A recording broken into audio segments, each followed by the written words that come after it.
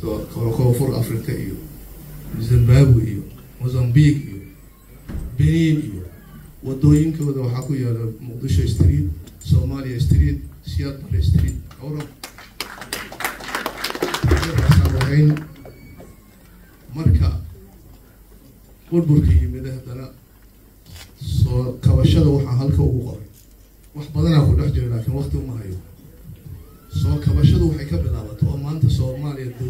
dawladda ay leedahay dawladda federaalka xukuumadda ay ka bilaabatay soo kabashada